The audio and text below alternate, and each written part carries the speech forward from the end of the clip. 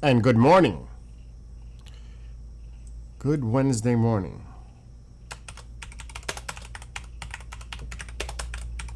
Which I'm changing the title on the other YouTube channel. I'm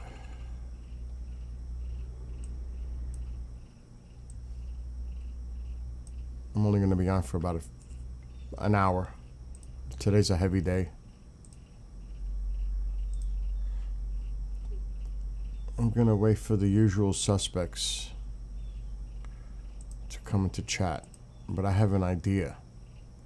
Something new, something different.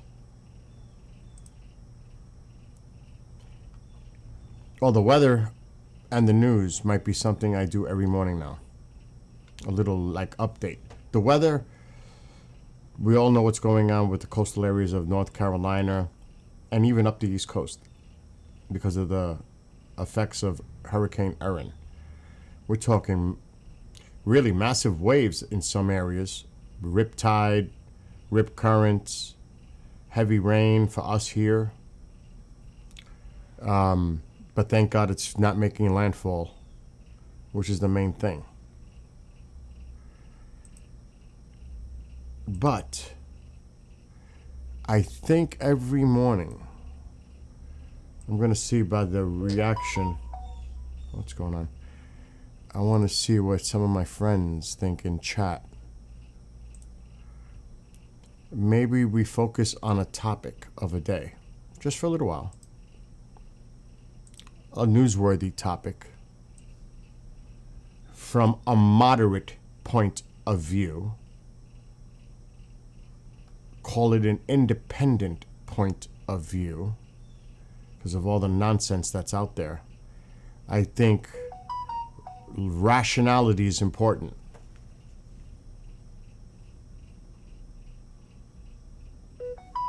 Oh God, stop it.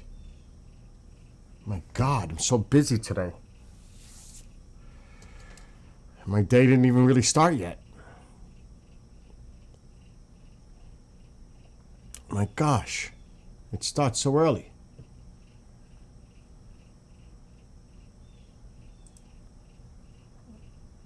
I'm just waking up.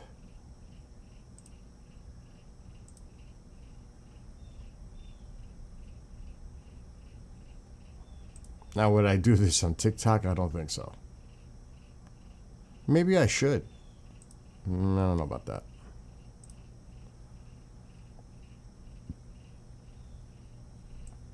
But I think it's time for the nonsense to stop. With all the disinformation, misinformation out there, it's just beyond. It's worse than scratching one's head. It's just insane. But today I'm going to focus on the economy because that's a main concern for so many people. And there are different articles I'm referencing to show you the different perspectives and how misleading they are. Because right now, if you don't think these tariffs are not going to hurt every person pretty much in this country, then you are definitely mistaken. There's just no doubt. I've been saying it before they're saying it. Wait till September, October. It's already happening now. Even eggs are up. The infamous eggs that everybody brought up all the time. Eggs. Like fucking eggs were made of gold. Well, guess what? Everything's going up in the supermarket. Meat is up. Beef. Poultry. Everything is going up. Coffee. Vegetables. Everything is going up. And it's only going to get worse. Because a lot of these corporations said, okay, we'll eat the costs, because that was the discussion that the administration had with these corporations. Eat some of the cost. We'll give you this beautiful bill tax break, but you're going to have to eat some of these costs so that it doesn't affect the consumer. Well, guess what they're saying? Bullshit. They did it for a few months. they're not going to hold out much longer. Home Depot already made that clear. And Home Depot, the owner of Home Depot, is a big supporter of President Trump. Donated to his campaign. So, just to put this in some perspective, food prices spiked. This was a couple days ago. I talked about this a few days ago. Fresh and dry vegetable price here in July. Everything is going up. This is just 40%. 40% in the month of July. In 1 month. Now, what does this have to do with? Now, a rational person like me, despite what they were saying a few years ago, blaming everything on Biden, inflation, it has to do with numerous things. Drought, and I said this then and I'll say it now. Because a lot of people are going to want to jump on him for the tariffs. And that's fair, but there are other reasons involved. But people were so blind to blame Biden. So guess what? We're going to blame Trump this time. The same way you blame Biden for the inflation and the post-COVID, the supply and demand, the shortages, trying to get back. They rise prices, never brought them down. There's a lot involved. And also, let's say with the eggs, avian flu. There's a lot of factors. If people look at do the research and see what causes things to happen. And it's just mind-boggling how people are so ignorant when the shoe's on the other foot. Okay? It's just a fact. So here it says, the president tariffs have finally stopped pinching Americans. Food prices have spiked. We know that. Everything's going up. Just not everything in your grocery store pretty much is going up. And I'm going to reference another article from a conservative state to show you what they're trying to spin, which is bullshit. And I'll call on it in a second. And if you don't think inflation is going to go up affected by these tariffs, people are... It is costing people more money to go to the grocery store to shop. Period. Whether they drink coffee, eggs, anything, meat, vegetables, anything. It's all going up. Everything. I'm going to show you what Utah's saying. Salt Lake. So grocery prices, this is as of 19th. So this is yesterday. From a Utah news station. Grocery prices soar as tariffs impact everyday staples. Now this is kind of, Salt Lake is more of a Democratic city. Utah is Republican. But Salt Lake, the latest consumer price index reveals that grocery prices in July rose 2.2%. Okay. As grocery prices continue to climb. Everyday staples have seen significant cost increases, with coffee up nearly 15%, ground beef rising just over 11%, and egg prices, despite a drop due to avian flu, still up more than 16%. There go your eggs. What is anybody saying now? Crickets. I don't hear it. I don't hear it. The same people that brought eggs into every conversation are quiet now. And the prices are going up more. Who picks the feed? Where does the feed come from to feed the animals on farms? And what's happening there? Look what they say here as a little side note. And then the steel implemented the tariffs, blah, blah, blah, blah. The tariffs are going to contribute to higher costs for canned foods and beverages. Everything is going to affect everything. Tools that come from China, clothing, toys, you name it. Everything. Everything is going to go up. It's connected to like everything, the power tools. We're going to get into it more. Like I said, every morning I'm going to pick on a topic and talk about it in the news, because if you watch CNN or Fox, they spin it. We're going to just put it out there flat out and from my perspective, and trying to be fair and balanced in the middle. None of this bullshit. Sugarcoating it or making it sound like it's the end of the world. Truth matters. Because right now, we don't know where to look for truth. Look at this line. However, there is a silver lining in the U.S. food supply chain. Only about 10% of the grocery store food is imported, which means a smaller portion is subject to further tariffs. Not quite. So 10% comes in. Okay? So you're saying it comes from here, right? From the farmers. Well, let's look at this. Farm workers' dilemma. The hidden cost of pursuing the American dream. Look at them. Getting ready to deport them. They are going to farms, raiding farms, and picking up the undocumented and shipping them away. They're afraid to go to work. We're going to get into more of this in a second. How much they contribute to the economy. Because they're not all criminals like we hear. Or what we thought that they were going to go after, the drug cartels, the gangs. But no, they're getting people from fucking Home Depot, homes, businesses, farms, infrastructure, construction, landscapers, people that contribute to this economy. Well, we got to replace them, right? With Americans, I guess, right? At a higher wage. Which that means let's just think about this in a rational, logical way.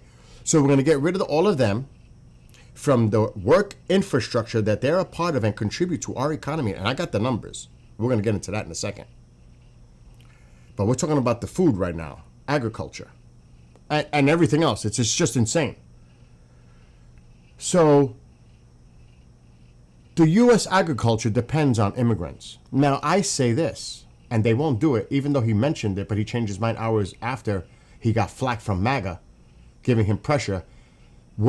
Temporary work visas is amnesty. No, it's not. Temporary work visas are exactly that. They're working on our farms. They're here temporarily on a work visa. Bottom line.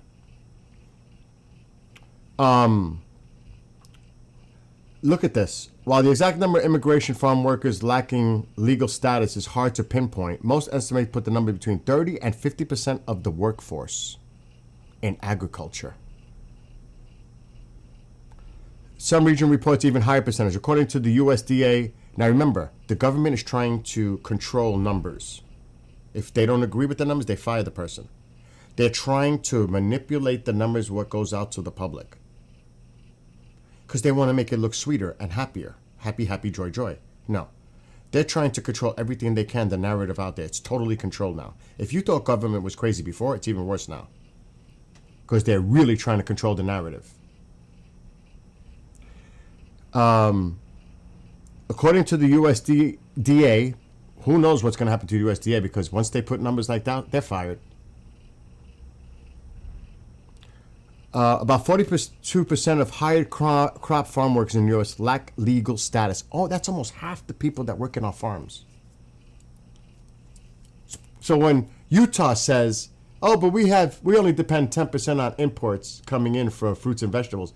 Yeah, but you're not talking about how the other effect is on our farms where people are disappearing, the workforce, because of what's going on. So when you talk about a story, give the whole story, not just part of it to make it look like it's sweet. Oh, but we only depend on 10% of imports for agriculture. But look what's going on here.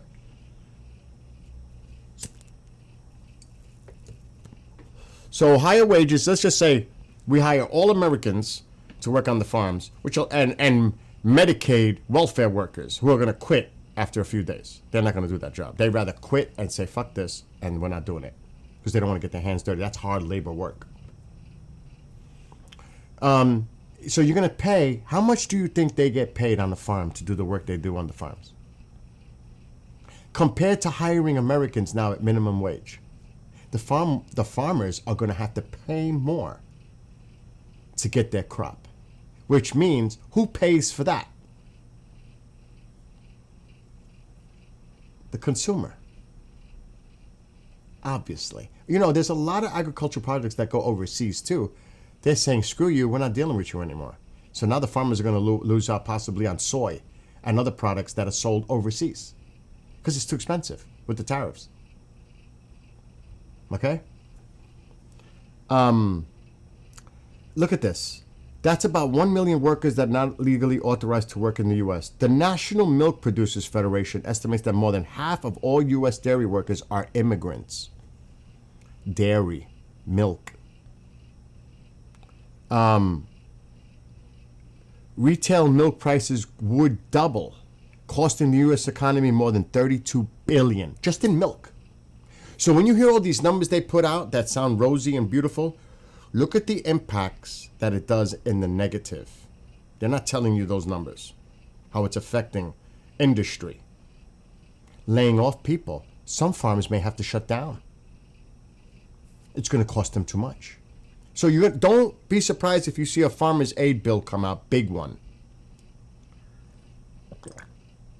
which is more money to cover this. Don't be surprised. So this goes into farmers live in fear too. His plan, who knows what he does? Every day he changes his mind. And we know that. This is serious stuff. Now let's go back. We saw this already. But there's more important stuff. This. When can tariff-driven price increases hit shoppers? It's happening now. Now. Now here's the catch that I've been talking about. Because people haven't really been feeling the effects and it hasn't bumped up so much is because companies stockpiled. They filled everything up as much as they could with inventory. Well, guess what? That inventory is now dwindling. Now they're going to have to pay the real effects of the tariffs. So by September, October is when you're going to really see an uptick. Because now they're forced to pay. Because they're going to hand the cost down to the consumer. They're not going to eat it, as I'm going to show you in a second. Because remember, they had a meeting. Trump called Bezos. Oh, please don't put on Amazon that you're going to raise the prices due to the tariffs. And he contacted a lot of people about that. Don't eat the costs. I'll give you a tax break. I'm going to make it nice for you. I'm going to give you something, which costs trillions. Again, in the deficit. And that, by the way, the deficit is growing every day because of the shit that's going on right now. It's even worse than people thought. And hello, KJ. So now the companies are saying, you know what? We can only eat so much. We can't do this forever. But stockpiled goods will eventually run dry just as companies will find their bottom lines crunched by diminishing profits. Just what I said. Here's a quote. Once everybody runs out of stockpile inventory, everybody will be losing money. And we forget about the professors and the experts. Nobody's an expert except for the administration who are incompetent. A lot of them are just plain out incompetent. We got to remember, and I mentioned this, the president has been talking about tariffs since he was a Democrat in the 80s. He's obsessed with it. And it's an obsession. The man has filed bankruptcy numerous times, so the person that we're depending on to grow the economy doesn't even know how to run a business. Truly.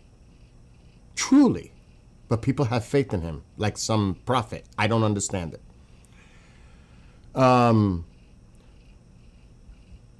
Okay, so far with the tariffs, tariffs put forward so far by Trump are expected to cost an average of household of an additional $2,400 this year.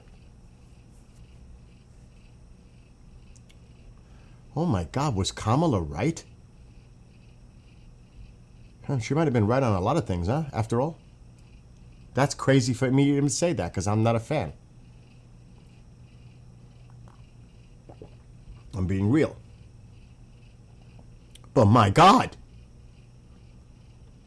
And of course, he's going to sugarcoat it. Wholesale prices soared much faster than economists expected last month. We've seen that with the vegetables, blah, blah, blah, blah, all kinds of stuff.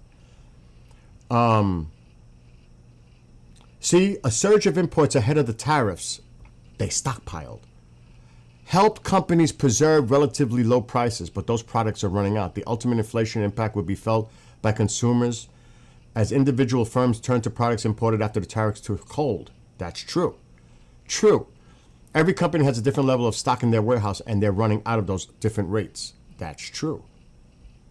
Now the shit's going to hit the fan.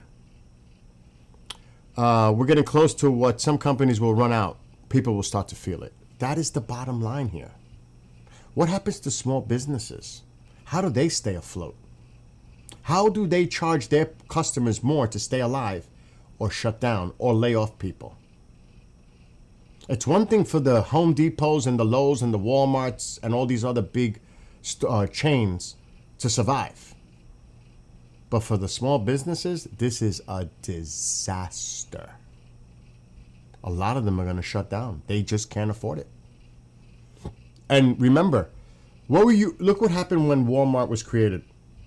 And some of these bigger stores, Home Depot, Lowe's, a lot of the mom and pop smaller business hardware stores or anything related to any of the things you could find in Walmart shut down because they couldn't compete with the prices that Walmart was offering. So a lot of the mom and pop stores shut down. Well, what do you think is going to happen now? Small businesses are going to have major issues staying open or possibly keeping their employees and laying off people. Forget about how it's going to hurt people throughout the country. Forget about people who depend on SNAP. Because even if you do get SNAP, the cost of living increase is not going to go up under this administration. It's not like, like every year they have the COLA, cost of living adjustment, where they add maybe 3% to Social Security people or disability people. They're not going to raise that up. This administration raising COLA up by 3%, I'll be shocked.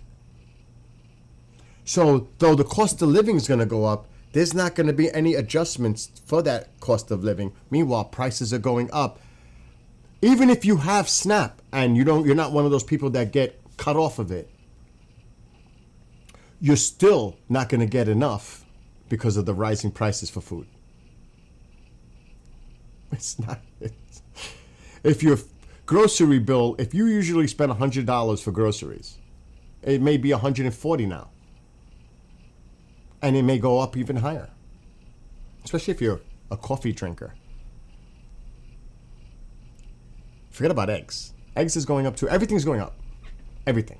Meat, poultry, everything is going up. And be careful with the radioactive shrimp in Walmart. Great value. Don't buy that shrimp. I was like, what? Radioactive shrimp? Anyway. So, let's see what they're saying the time if they say it here. And yeah, fresh produce will rot. It'll just go stale. Oh my God. Okay, look, some major retail chains, remember, these big corporations had meetings with the administration not to raise their prices. He told them, don't raise your prices.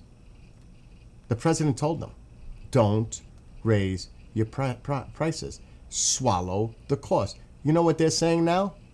No, we're not. No, we're not. So guess who gets it? Consumer.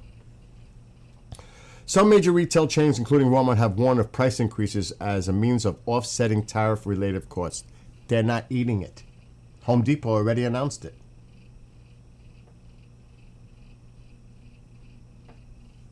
Just in time for the freaking holidays, too. Okay, la la la la la. Look, companies may try to hold off raising prices to hang on to their customers, but they can only do this for so long. Back-to-school shoppers may notice a jump in apparel prices as importers weather tariffs. Where does the clothing come from? Majority clothing? China? Sneakers, China. Electronics, China. Power tools, China. Appliances, China.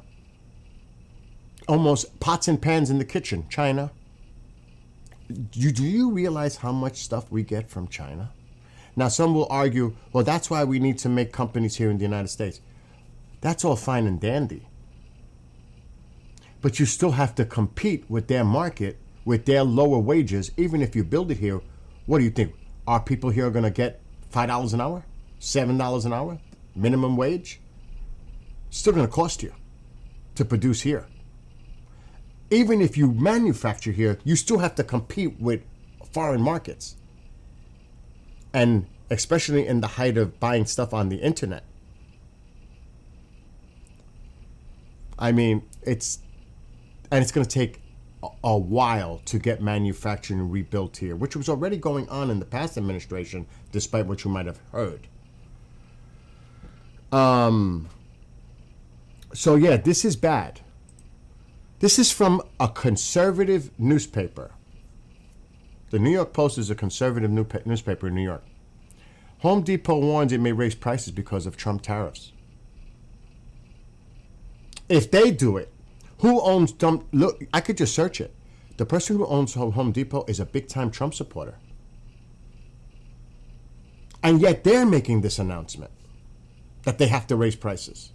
If they do it, everybody else is going to do it. Lowe's is going to do it because a lot of their stuff is, remember, construction related. Lumber, steel, power tools. Where does all this come from? It gets hit with the tariffs. Mostly every product in a Home Depot store like that is going to get hit hard. What's going on?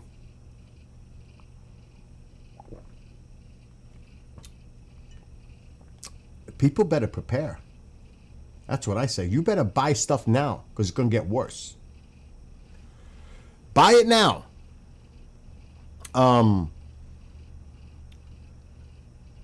Marketing, look. What I was saying earlier. And this is a conservative paper. And even they're saying it. They can't sugarcoat it. Because the guy, the CEO, they're talking about it. Home Depot warned that it may raise prices on select merchandise in order to offset the cost of the Trump administration's tariffs on imports, making a reversal from the retailer's earlier stance against trade-related pricing adjustments because they agreed with the president not to do it. What I just told you a few minutes ago. They all met. We're not going to raise prices. We'll swallow it. They're saying, screw that. No way are we eating these costs. So maybe in the beginning it was nice to talk about it, but when it comes up to the money, they're saying, screw this. We're raising prices. We're not going to eat this. And that's what everybody's going to do. They're all going to do it. Prices are going to go up across the board for everything because of these tariffs. And remember, a lot of those key things that were said during the campaign, I'm going to lower prices first day or whatever. Are you kidding me? It's getting worse than ever. Not just eggs, but everything. Matter of fact, today the oil market prices went up. It has to do with the U.S. There's a whole thing with that, but I'm not going to get into the oil right now. That's another thing to keep an eye on. So it's going up. And look at this. Economic headwinds and elevated interest rates have prompted many homeowners to delay substantial remodeling projects. It costs, I said this at the beginning of the year, buy your wood, buy your lumber. I told people this. I actually did. Buy those supplies at the beginning of the year because once these tariffs hit, all that shit's going to cost a lot more money. And it is. Lumber, wood, anything construction. If you're doing a big project, why do you think I did my house last year? Because I heard the rhetoric. I said, oh my God, if I do this next year, it's going to cost me maybe double. Thank God I did. Thank God I put solar on my roof last year. Because of the nonsense regarding the big, beautiful bill with solar. Oh, that is just disgusting what they did. It's just I mean, do people really know what this big beautiful bill affected and how bad it is? It's bad. It was great for the people who make money and are wealthy. I mean, give me a fucking break. What about everyday working people? Or lower income people who are struggling to try to get ahead in life? You just made it so much harder for those people.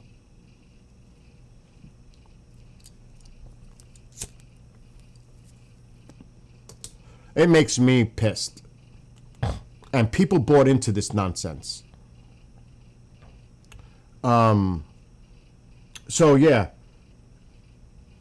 The remodeling project opting instead for minor improvements that don't require financing. You know, everybody wants to do it out of pocket. They don't want to do the financing because of the interest rates. That's why the president is trying to emphasize lowering interest rates. But this economy doesn't have the strength to do that. It just doesn't. Not with the way shit is heading in the wrong direction.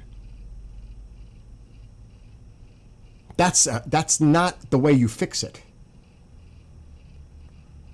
Though he thinks it does. So that's the whole thing. And yes, some relief on mortgage rates would help because then people will refinance.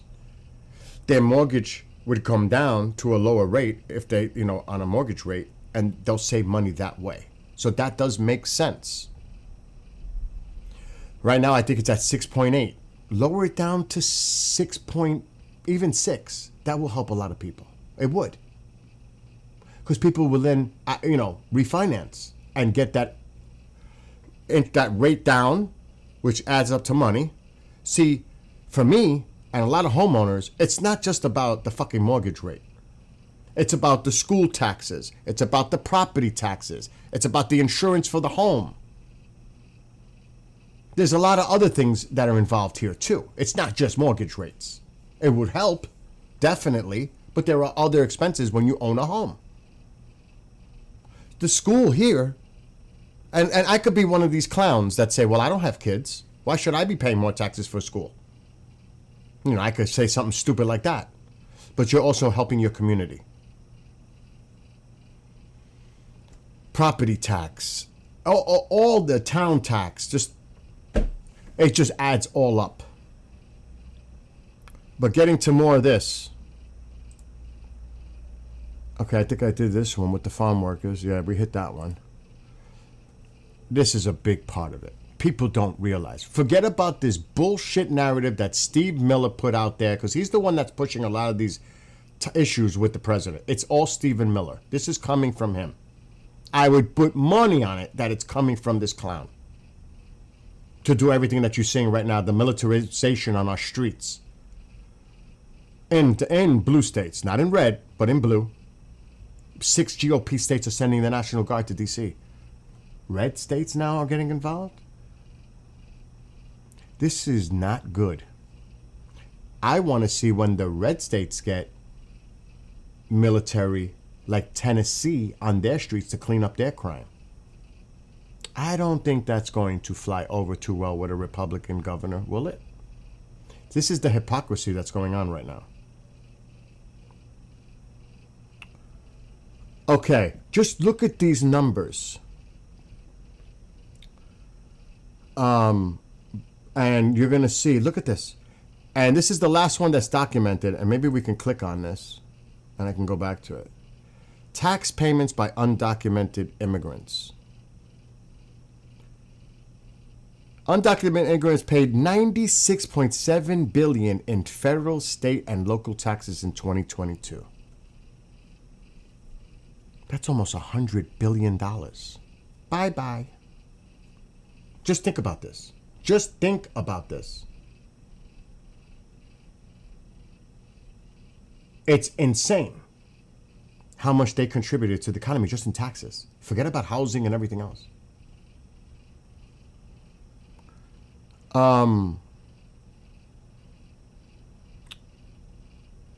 They pay $25.7 billion in Social Security taxes. So for Americans, I guess Social Security, they paid into the pot of Social Security.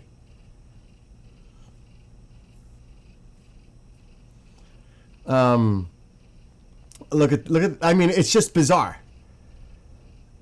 6.4 in Medicare taxes and 1.8 billion in unemployment insurance taxes. At a state and local level, slightly less than half, 46%, or 15.1 billion of the tax payments made by undocumented immigrants are through sales and excise taxes levied on their purchases. Most other payments are made through property taxes, such as those levied on homeowners and renters, 31% or 10.4 billion, or through personal or business income taxes, 7 million, billion. Okay, you look at the numbers. It's insane. I mean, when you break it down, not all of them are criminals. The vast majority are not. They're hardworking. But you got to think about, take out this equation into the U.S. economy. That's what this is about. That's why I say temporary work visas should be thought about. Not legalization, temporary work visas. Keep them working on our farms and in infrastructure areas. Monitor them. But let's go back, because there's more information on the other page. And these are actual stats. This is not bullshit. This is stats coming from the government. But that was in 2022. So some might say, well, those numbers are lies, because it's the deep state, you know. That's where we live today. Let me see the other one. It's crazy, the numbers. That breaks down that they are paying into Social Security, Medicare. It's unfucking believable. But there's another number, which is insane, how much they contribute to this right here. It is estimated that the spending or purchasing power of undocumented immigrants was nearly $300 billion in 2023. Say goodbye to that number.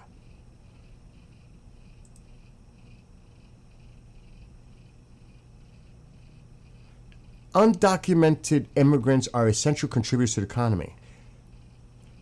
They're talking about how much they put in taxes.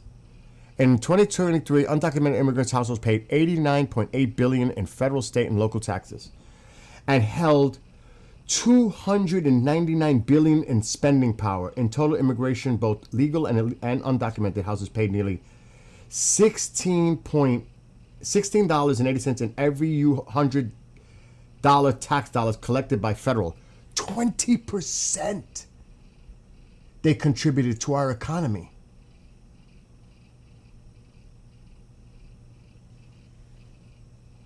So before people jump off cliffs and screaming and going nuts, and I can dig more and more into numbers, a lot of people like me are like, when it happened, get the criminals, get the gang members, get the cartels, get these fuckers out. The worst of the worst. Or not even the worst of the worst. Anyone with a criminal background, get them out. But when you cross that threshold, that's going too far. There's a legal way to do this, a better way to do this. Showing up at people's hearings when they're going to try to get asylum through the legal process, showing up at the court and detaining them without due process and saying, nope, you're not going to, in the middle of their court case, that doesn't matter. We're going to ignore the law, due process, but we're going to round them up. The law is the law. They're bypassing the law right now in a lot of instances. People are not getting their due process. Even they're human beings, even though they're undocumented, and some people say of the word illegal. Yes, but they are going through due process too. Some are asylum seekers. There's a lot of, they're in the middle of a court case. And in the middle of their court case, showing up for court, they're being rounded up and detained. So are they given fair due process that they should get? No. So think about this. What that is going to cost our economy. How do we replace 300, $400 billion that they are a part of in this economy? Who's going to put that money up? You hear on the flip side, oh, we spend so much money on housing, medical, food, to take care of them. Well, that's by your choice to do that way. There's other ways to do it in a more sensible manner. But how much are you spending per year to house them and do all this compared to how much they were contributing to the economy? And by what is the scale there? The cost that they're claiming that it costs to spend to take care of them in housing and feed them and shelter them in cages, can't be that much. The food, can't be that much. Compared to the amount of money that they contributed to the economy here. That shit don't add up. It just doesn't. Now the solution is America first. We need to get Americans to work and replace them at these jobs. You would think that makes sense, right? Higher wages. They're not going to get the pay that they're paying now for a lot of these undocumenteds. It's going to cost them more money. That's even if Americans want to do this hard work. And the answer is those healthy people on welfare. They're going to have to make it really enticing to work on a farm. Because that is hard work. And it's, brutal in the heat, whatever. I want to see how this turns out. In construction, I'm sure they'll find Americans to do construction because that pays pretty good, right? But remember, when you hire them, it's cheap labor. So if it costs the farmers or any company more, landscapers, whatever, you're going to pay more too. That's the bottom line here. That's the whole point of this conversation. Everything is going to go up. Everything. By all the different ramifications of everything that's going on right now, everything is going up. And that's just the way it's going to be. If you want to be happy and you want to, some people love it. They love looking at the videos of people getting round up, windows getting broken on their cars, dragging them out of cars and all this shit on American streets. Not criminals, just undocumented people. Showing up at schools, taking the kids, homes. This guy, this clown, which is just up, I can't even believe it, going along with ICE at homes. Dr. Phil, going along and filming shit. What is going on? Do Americans think this is, forget about MAGA. MAGA loves it. But do the other rest of the majority of the country, which makes up of like 65%, are you cool with all this that's going on right now? As an independent, I am not. I'll make that clear right now. I am not cool with the things that are going on right now. This is not what I voted for in fucking November. I could tell you that right now. I'm not happy with what's going on right now and everything else. And there are a lot of things because I have my personal reasons. The solar, destroying solar. That's a big one. Destroying weather information, data. I've been a weather nut since I was a little kid, and they're destroying it.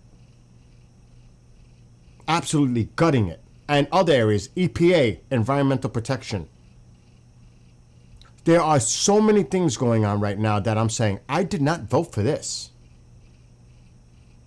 And the crazy rollout of the tariffs, and then using tariffs on in a political means, saying, and another thing too that's just fucking bizarre. Putin is so smart, he threw it in Trump's brain about the elections again. If you were president, this would have never happened. He totally pushed Trump's buttons. Now all you hear is Trump about mail-ins. Putin is so intelligent, such a professional KGB. He knew how to trigger Trump And look where Trump has been going with it now. Because Putin said. He almost quoted Putin word for fucking word. That's how Putin's got him. Does people not realize that? Putin's got him in his head. And Putin's smiling and laughing. He triggered him. Oh my God. You think Putin said that? Because you know how Trump always says, well, I didn't start the war. Biden started the war. You know. Yeah, well, Putin says, you know what? You're right. There wouldn't have been a war. Fucking so KGB perfect. And then throwing in the election stuff. If it was up to Putin, Putin would say to him, you know what Putin would said to him? Oh, I don't know how the world works, huh? Oh, are you a MAGA? I don't know how the world works. Oh, we're going to talk about globalism now? I don't know how the world works. It's so common sense in your face. Oh, so you explain to me. You're leaving out the rest of it on what's happening there and why. Okay, I'm talking specifically about what's going on in this country, not in what's going on around the world right now. Because a lot of countries and the rest of the world look in the United States with disdain. They don't like what we're doing right now, the rest of the world. I'm leaving out the rest of the world. Okay, I'm not going to get into that because you're going to throw me off what I'm talking about. But I respect what you're saying. I do know global, but I'm not talking about the global affairs right now. I'm talking about USA. And hello, Audrey. Well, right now, if you look, and I've seen a lot of countries are scrambling for the prices rising in their countries too. They're freaking out. But anyway, with Putin, it does all matter, but it matters what this president does on a global scale, how it affects everyone globally.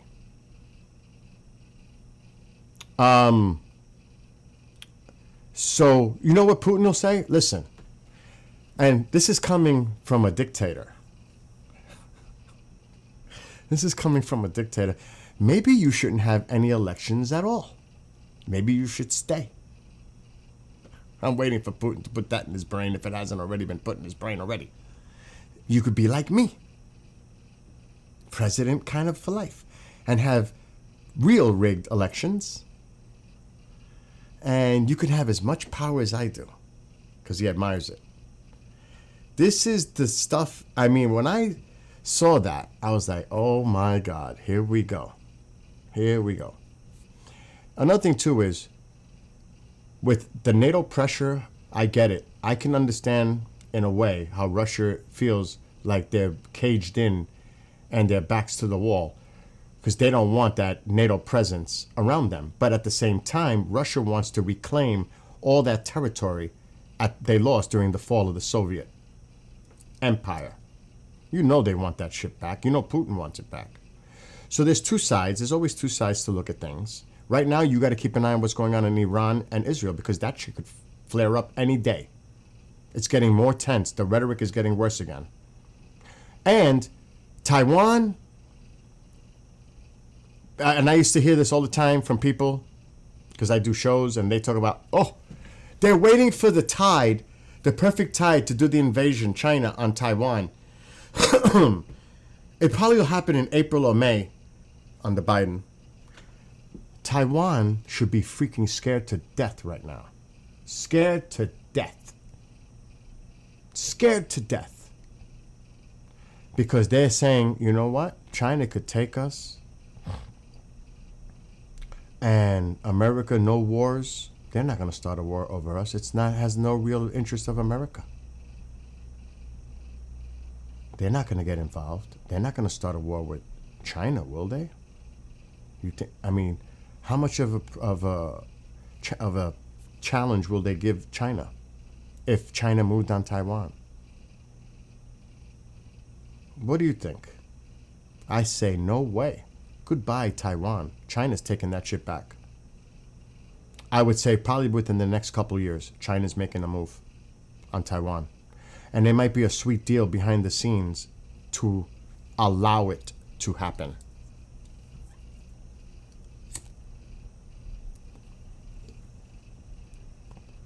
We got to see where this goes. Russia, Putin does not look at Zelensky as a legitimate elected leader. But who the fuck thinks that Putin is a legitimately elected leader?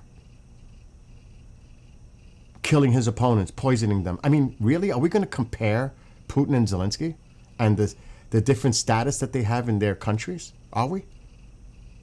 Are we going to compare Putin to anyone? No. No way. And corruption is everywhere. It's here. It's in our country. It's everywhere. But to compare which is the less of the two evils here, are you kidding me? It's not even close. And that's what the sympathizers are like, oh, it's not a legitimate election in Ukraine. All this. Oh my God. Oh, they are not the same. Headband. They are not the same. Putin is like the president of life. Anybody that threatens him, he puts them in prison or they end up dead.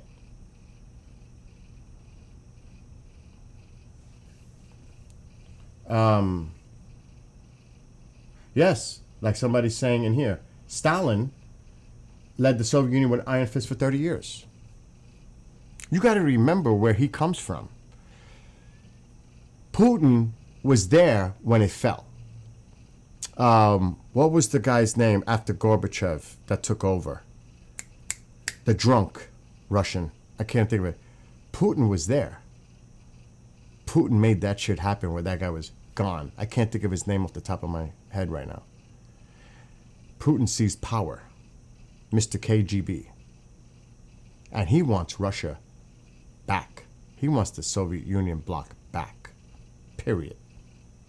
And all the money that's invested in that too. Because there's a lot of money in Ukraine. There's a lot of resources there. Like the deal that we made for minerals, supposedly, allegedly.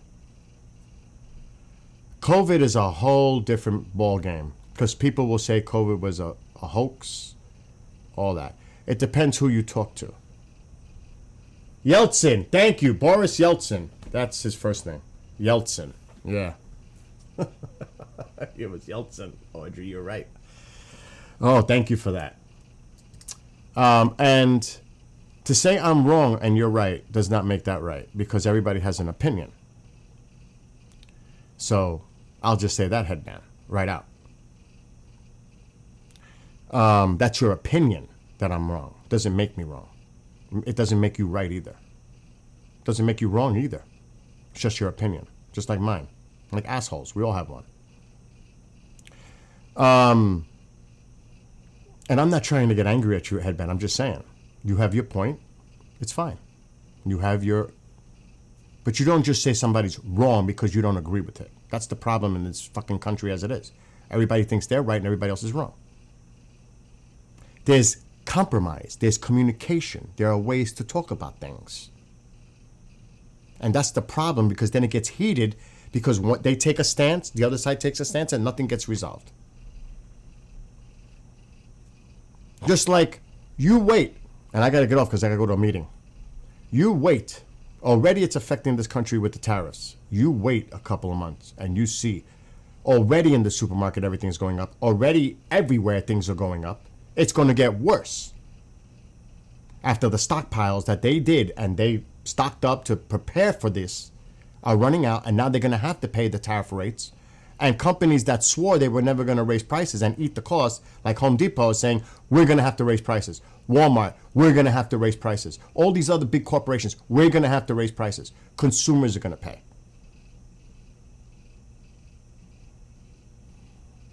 I thought prices were going to come down.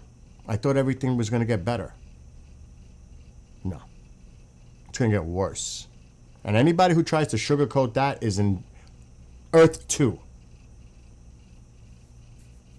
And like I said, Headman, I'm not getting upset or anything with you. I hear you. I understand your points.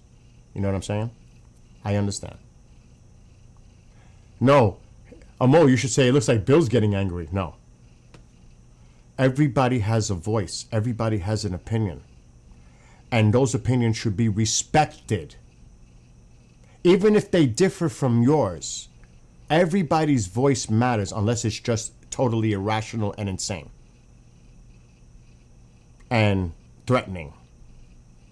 And crossing those lines. That's different. But everybody's opinion matters. Because that's how a conversation starts. Difference of opinions, talking about the stuff that's going on. Not just arguing with each other and yelling at each other and thinking, I'm right, you're wrong, or you're wrong, I'm right. No. There's always gray areas in a lot of things where a discussion needs to be had. It's not simple black and white. There's a lot of issues. Things are more complicated than what might look as simple as not. You know what I mean? No, are you crazy? A mole comes in here and stirs this shit up in the chat and YouTube. He likes to do that. I'm not. What's up, Shatan? Audrey, I get it. But the thing is,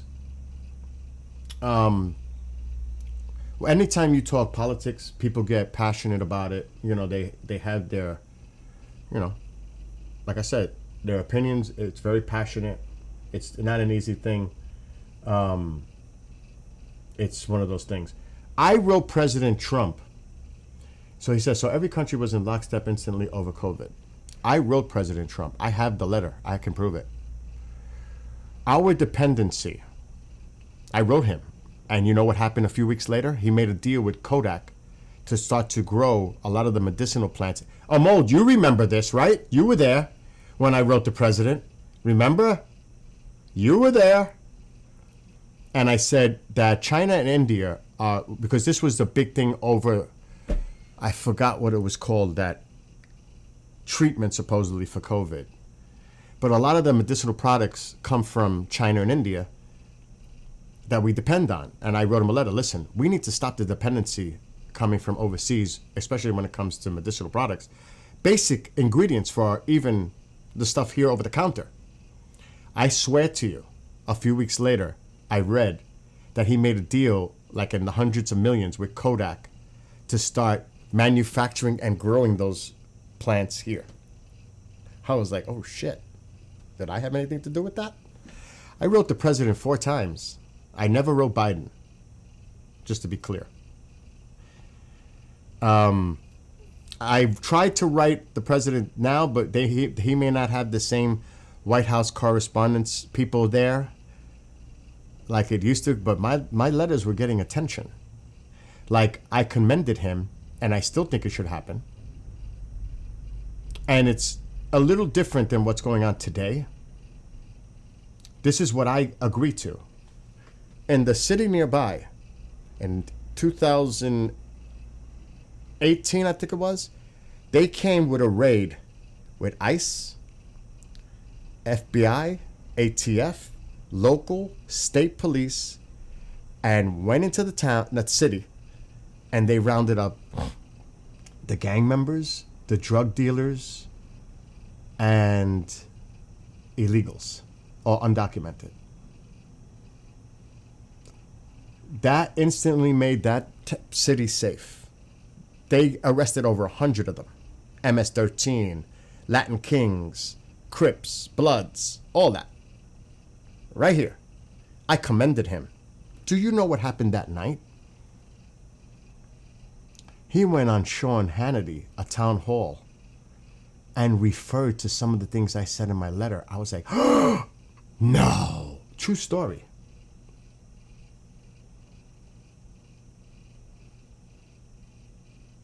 True story. And to think that it started in a market, that shit got out. That was weaponization. And I don't want to even get into that because I'm on the YouTube and you can't say certain things in relation to that because you'll get struck or removed. Even now, when you talk about the pandemic, you can't, trust me. Just why ask all the people that went from YouTube to Rumble because of it. They lost their channels.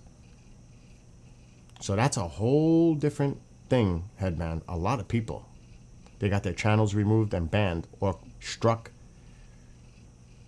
over that. So I'm careful when it comes to that subject that you threw in there. I try not to touch that. Unless I'm on Rumble alone. That's different. But we're on 2 YouTubes right now. You know, she says Oreos were invented in 1912. I'm allergic to Oreos. I can't eat Oreos. There's something in the cookie that gets me very ill. I don't know what it is. I never really looked into what it was, but I get very sick eating Oreos. I can't eat Oreos. It's so sad. What are you talking about, Amal? Who? Well, I will say this to you, Headband. What organization, if you're going that angle, had a lot to do it? The WHO, the World Health Organization. I'm just going to say that. You know that. If you're going where I think you're going, they had a big role in that. That's why we pulled out. I'll just say that without getting into too much on it. But you know what I'm talking about.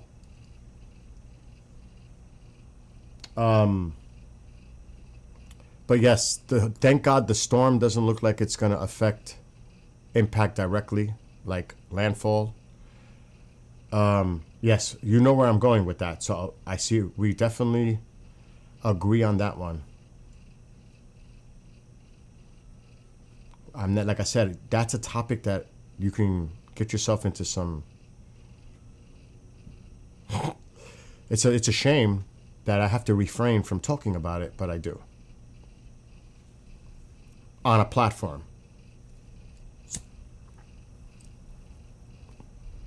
See, Facebook, they kind of backed off a little bit, but not the other one. The other one is still. But I'm on Rumble right now. But I need to get off because I got to go to a meeting. But the storm, thank God, it looks like it's going to have impacts for riptide, currents, wind, maybe some storm surge in some areas, especially on those islands, the Outer Banks. But thank God, Erin looks like it's continuing to curve out and away. Thank God. That is the main thing. I mean, oh my God. But and I'm going to change the topic because I don't want to really piss anybody off. It's too late, right? It's too late already. All right, so let's take a look before I get off because I got to go work. I got to work all day. Today's a rough day. All right, so that's now. Look at that. Look how close. What a close call. Look at that. Look how close.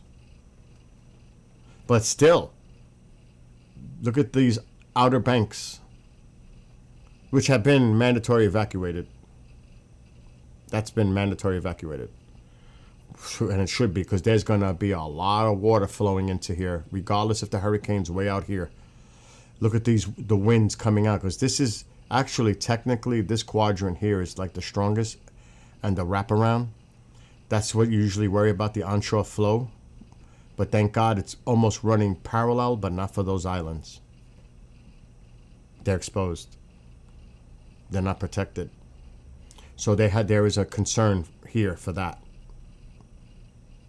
They were saying some waves could be as high as 15 to 20 feet, even north of here. So you know you had to evacuate those islands. That's a lot of water. But basically, thank God this storm didn't come in, because this would have been devastating for millions of people. Especially after what happened in North Carolina and some other areas last year. So thank God the storm is going to, even though we will feel the effects, because it's going to interact with this cold front, that we're going to get heavy rain here. You see that? The impact is going to be felt even up here, because it's interacting with a low pressure to the north. It's just reinforcing it. So we're getting, and it could be very windy here too. Because of that, there's a low pressure up here somewhere, but it's not as organized. So we have concerns even here. This is tomorrow. And then it starts to move away.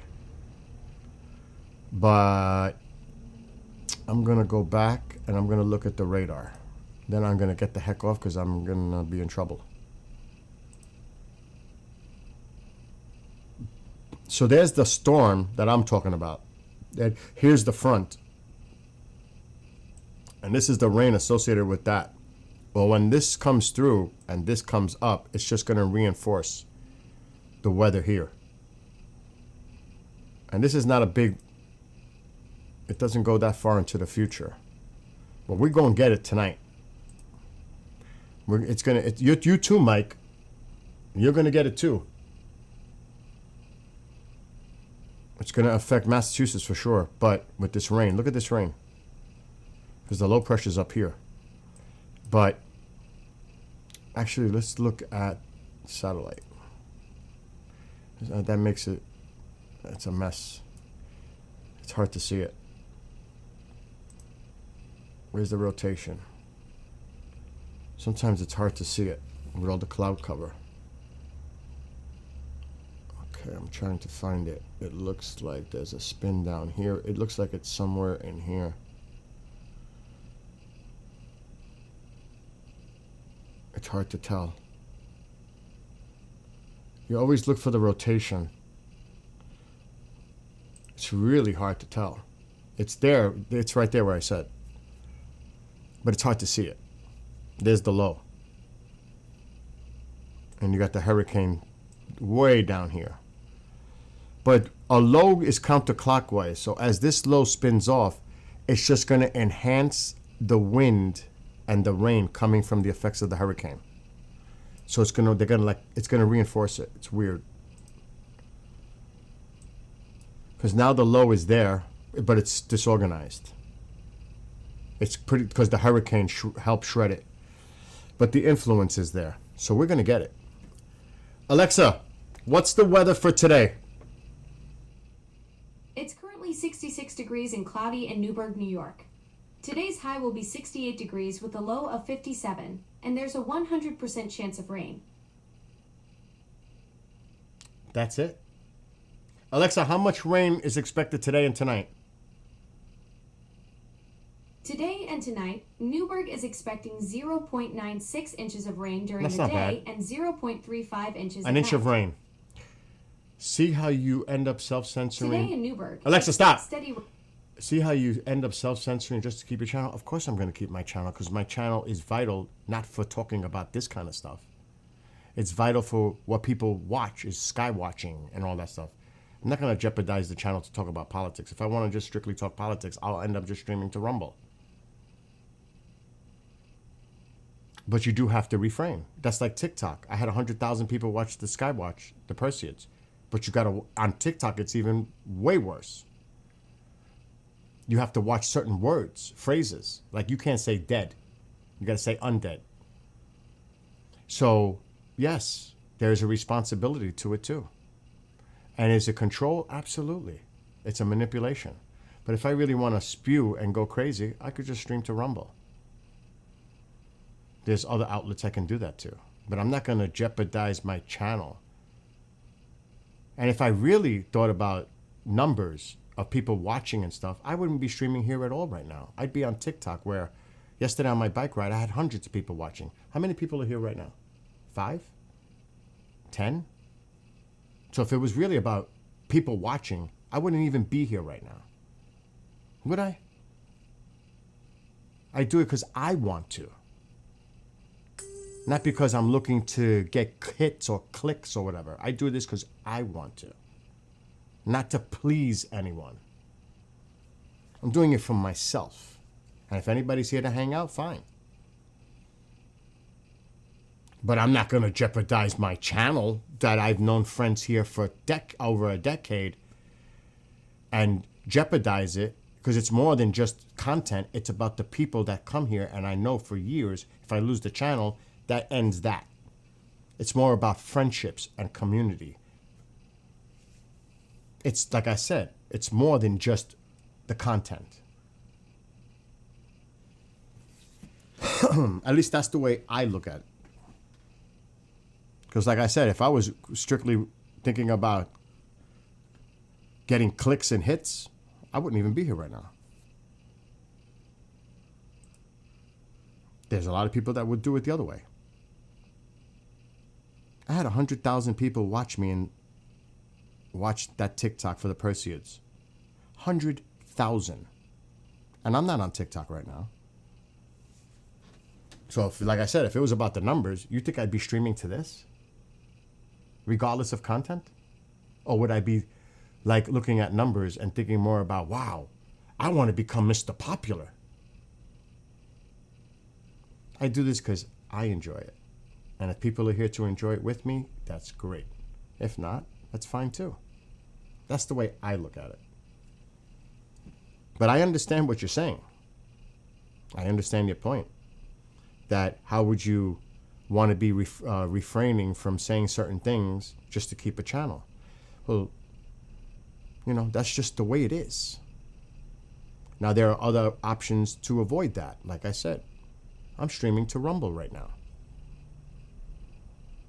I could shut down the 2 YouTube channels right now and go strictly on Rumble and Twitch and spew whatever I want to say.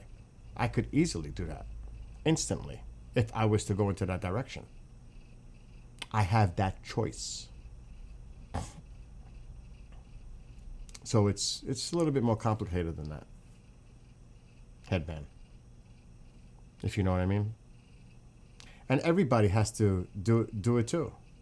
A lot of people won't even stream to YouTube anymore because of that. I get it. That's why Rumble became such an important platform. As I mentioned, during what happened in 2020, a lot of people were saying things on their channels, got removed, banned, and then Rumble comes along, and a lot of the people that were on YouTube went to Rumble. For that reason. And people refuse to do a lot of stuff on YouTube for that reason. So I get it. But that's a choice. If you know what I mean. But I totally understand what you're saying. No. I totally understand what you're saying. And it's a valid point. It is a definite valid point. But, you know, it's not often that I spew and rant and go crazy talking about this, because you have to understand, as a person like me who's an independent, a moderate, everyone's going to hate me. So obviously, if I wanted to kiss ass, I would be kissing ass. But I'm not going to do that because it's not who I am. I'm going to speak my opinion in the middle. Not here or not here. Here. And you know that pisses off both sides. So it's a lose-lose, because I'm going to pick on both. Definite. It's lose-lose.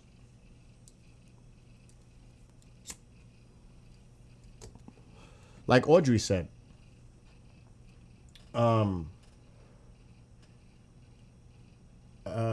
she said, I'm not a political person. A lot of people that come here don't want to hear me talk about it because they hear it all fucking day on TV, see it on TV, or watch podcasts all day about this stuff. They don't want to, and it's my fault. It's really my fault, and I own it for even bringing it up, because people, they're not really coming to hear me rant about, oh, is he serious? They're not coming here for that. They're coming here to just get their minds off a lot of other stuff that's going on too. You know what I mean? So that's my fault for even bringing it up in the first place. I should just maybe stick to my Skywatches and gaming and music and all that other stuff, which is what a lot of people come to hang out for. If I want to do the political stuff, maybe I just stop talking about it on YouTube and just strictly do it on Rumble. That might be, you actually made me think about moving forward doing it that way. So actually what you said is helpful to me. People also have to be able to take criticism, advice. What's up, Hat, the cat? And take it for what it's worth. Now, if it's somebody coming from a troll or something, that's different. But people, I've known you a long time, Headman. And I respect what you say. I respect everybody that's in here right now. Every one of you. And what you just made me think, what you said made me think. I took what you said, and now I'm definitely reconsidering how I move forward when I stream on YouTube. So, actually, what you said in chat was constructive to me. So, I'll just make that point. And I think that's what I'm going to do moving forward. No more on YouTube talking this, because I really can't. And I love all of you too. How long? Look, sometimes, you know, I am human just like everybody else. We have emotions, and I got to go. Oh my God, I got a meeting in 10 minutes. Sometimes we get riled up. You let people push your buttons. Not in this case. I'm not saying that. But we tend to let our emotions get the best of us. You have to be contained, have that self-control. It's great to have self-esteem and self-confidence. That's a must. But at the same time, you have to be open to what other people say. And listen and not just talk. And that's the problem. Communication breakdown. And God forbid we should not have different opinions, because then that's it, we're done. That's what makes us so important. Freedoms, independence, freedom of speech, all the freedoms that's most of us here have, because a lot of people don't. There's a lot of people out there that don't have those freedoms. Or they're censored completely, shut down from the outside world. But that's important. To me, too. It's important. And like I said, Amol's a ball buster, but he's a good friend. He does that. But when the chips fall, he's as loyal as a friend as you'll ever find. And I'm being honest right now. Michael, you, Headband, Amol, some of the people in here in chat have been here for a decade or more. Think about that. We've known each other for a decade. I value that. You know when it hurts? When you know somebody so long and out of one disagreement, they throw it all down the toilet. All that over something stupid, petty, silly. Hello, Nova Foxy Stardust. You know what I mean? That to me is like, me, I'm a peacemaker. Now, I may be just as equally wrong in what happened. I will take responsibility. I will admit I'm wrong. But at the same time, you know what? That was just stupid. But you're dealing with another person. They have a totally different makeup, personality. They may not see it the same way you do. And then you have to accept it and move on. You know? Exactly.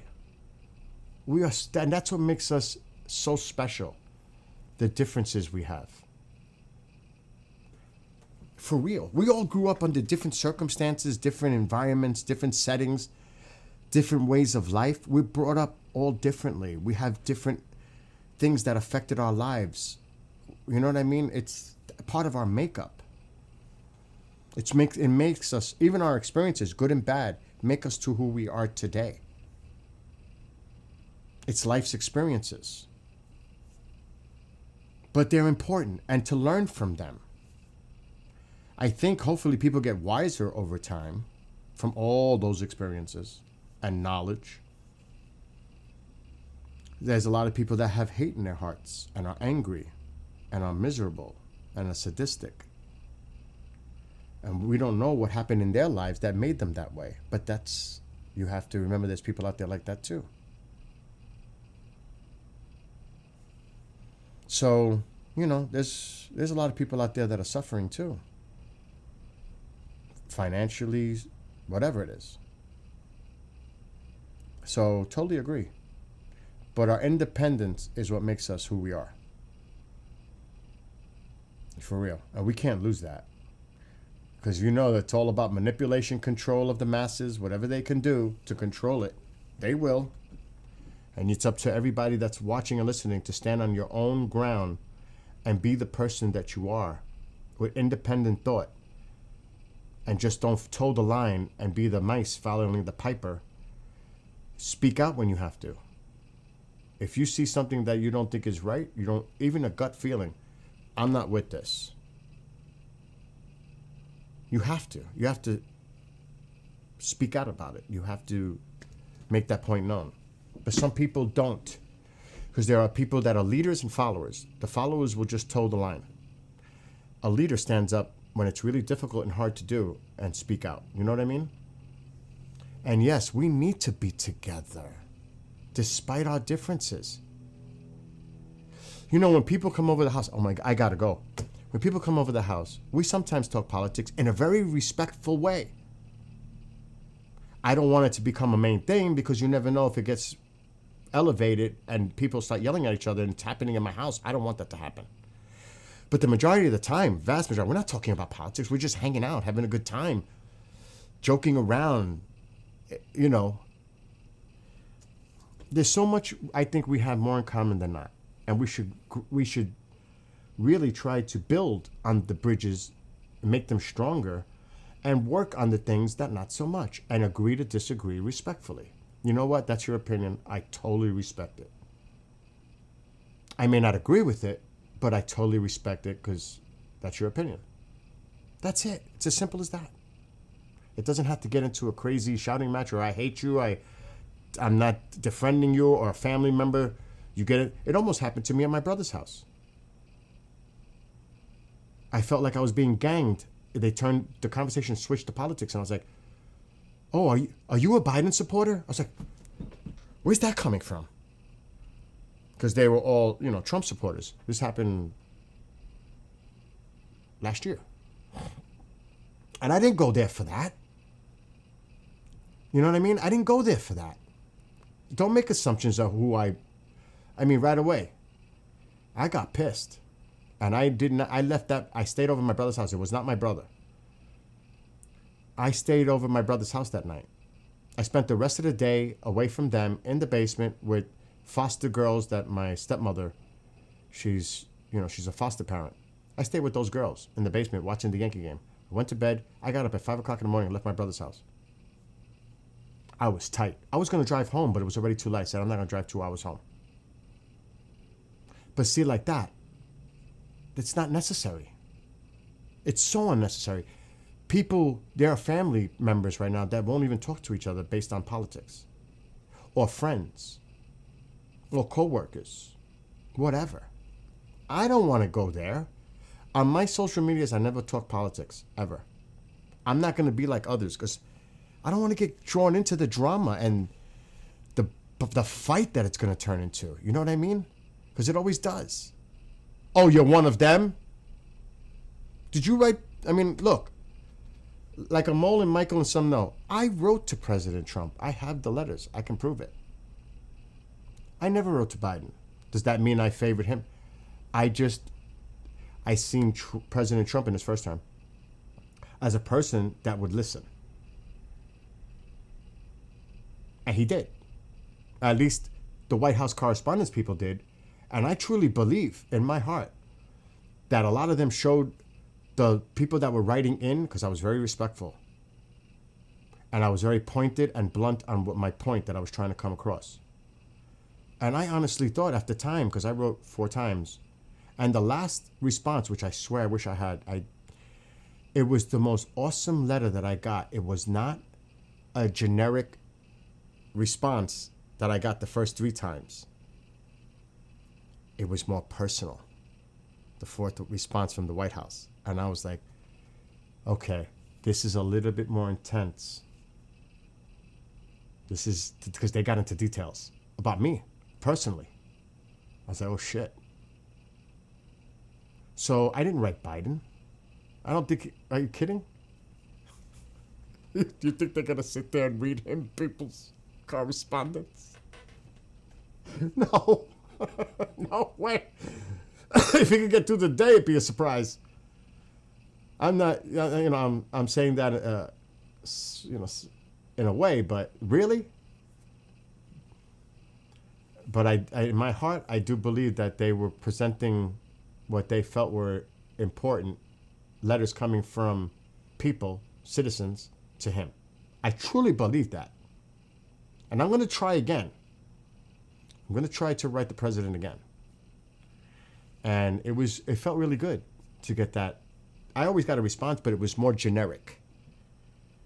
It's like it's a typical, because I know I could compare them. It was more generic, but the last one was like, wow. And it was in October of 2020.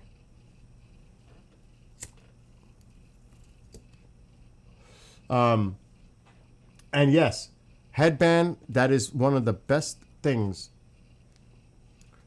The powers wish us apart. Divide and conquer is age old. We need to stand together more now than ever. I totally agree with that. But the problem is, we're so far apart here.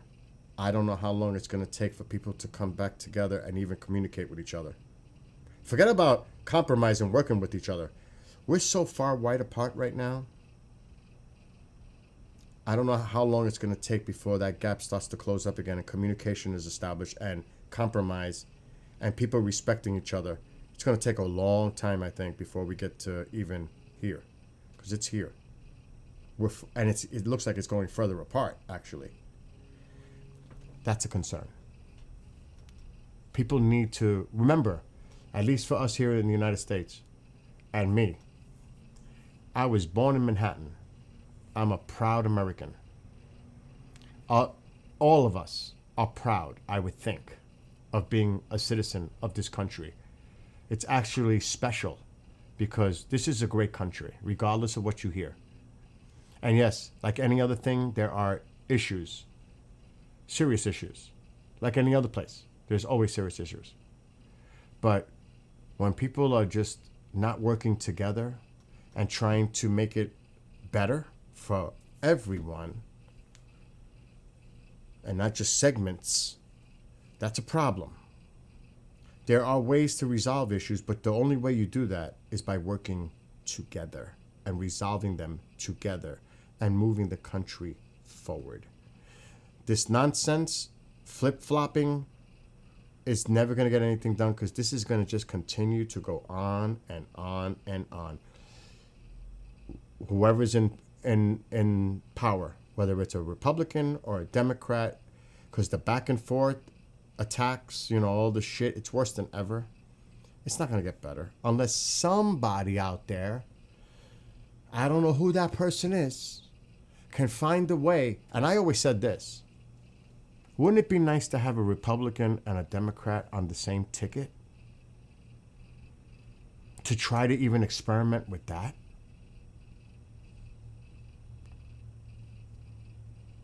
To at least try to have them work together? Or something like that? Something's got to give. Because the way it's going on right now, it looks like it's going to get worse than better. There's got to be a way to bring people together. I don't know how. I don't have a crystal ball. But something's got to give. Because I don't think this can be sustained. I don't see this sustainable the way it's currently at play right now. I don't. I honestly don't. I mean, there's people that actually hate each other.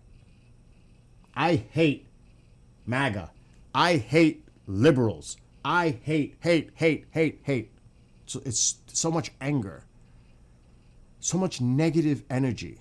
Why don't we put that negative energy to positive energy, constructive energy, working together, coming up with compromise. It's not I win, you lose, I win, because it affects everyone. This bullshit about that is ridiculous. And the rhetoric of hate, gutter, this is not the way it should be. You know, that's just my opinion. But that's a utopian vision. I don't even think that's realistic. Not today. As sad as it is for me to say that, I don't see that as being something that's feasible in the current way things are. I try to be optimistic, but it's hard to be an optimist when all this shit is going on. It really, really is. Yeah, I gotta go to my meeting. Oh my God, I'm gonna be late. Anyway, my love to everybody. Because truly, that's the kind of person I am. I'm very sociable. Just look at me on my bike ride yesterday. I was recording it on TikTok. And I went away to talk to a guy with a Doberman picture saying how beautiful his dog was. I didn't know the guy was, and we started talking for like 15 minutes. Just like that. That's the way I am. I like to engage with people, talk with people. No, I'm not going to go up to the guy and talk about his dog and then say, what do you think about politics? I don't think that's going to happen. But it's good to communicate with people. Another thing, too, is it's good to help others. Ask my neighbor. Do you know what my neighbor said to me a couple days ago? You've done more for me than my own brother in his whole life. You've done more for me as a neighbor than my brother did during his whole life. I was like, wow. That's what makes you feel good as a person, that you're doing good for others. And there's no gain. The gain is, it's not like you're going to get something in return. Even though we have a great relationship, the gain is you make yourself a better person by doing that. That's, to me, if you do, it's almost like the good deed of the day. If you do something good, that's good for you. It's good for your own self-being. It's not like you need to gain something out of it, material or something else. It's good for you. For you know what I mean? For yourself right here. Here. Caring is important. Love, compassion, tolerance, respect. But there's also boundaries that people should not cross. They have to respect those boundaries. So it's, like I said, everything is more complicated. You know what I mean? Things are complicated. But regardless, see this door? I don't care if the person's gay, straight, whatever. All people are welcome through my door. Republican, liberal, independent, I don't care who you are. If you're a good person, you're welcomed in this house. Black, white, any nationality, any religion, even if you're not religious at all. That means nothing to me. It means who you are as a person. If you're a good person, I don't even give a shit. If you don't even know how to speak the language, and I'll try to communicate with you, I'll try that. I will go. That's just the way it is. So I am not for hate. I'm about bringing people together. And when Pine Bush happens here every year, people come together from all walks of life, different opinions, different political affiliations, all that, but we all have a great time together. Ask any of them. That's what it's about. Bringing people together and having a great time together as a unit. Despite our differences, we all can come together from all over and have a great time together. And with that, I'm out. Have a lovely day, everybody. Be well, be blessed, be safe. And again, love to all of you. Michael, Audrey, Amol, Headband, anybody else who may be Nova, Foxy Stardust on Twitch. Hat the Cat. He always does that. I don't know. Hat the Cat comes here with looks like a dancing banana. Anyway, I gotta go to a meeting. So I don't know if I'll be back tonight. because I got to work all day. But if I do, it'll be after 10. So again, be well, be blessed, be safe. All of you have a great rest of your day. There he goes with it again. The dancing banana, he put more. And KJ, I forgot KJ. I forgot. All of you have a great day. Be well, be blessed, be safe. I'll see everybody later.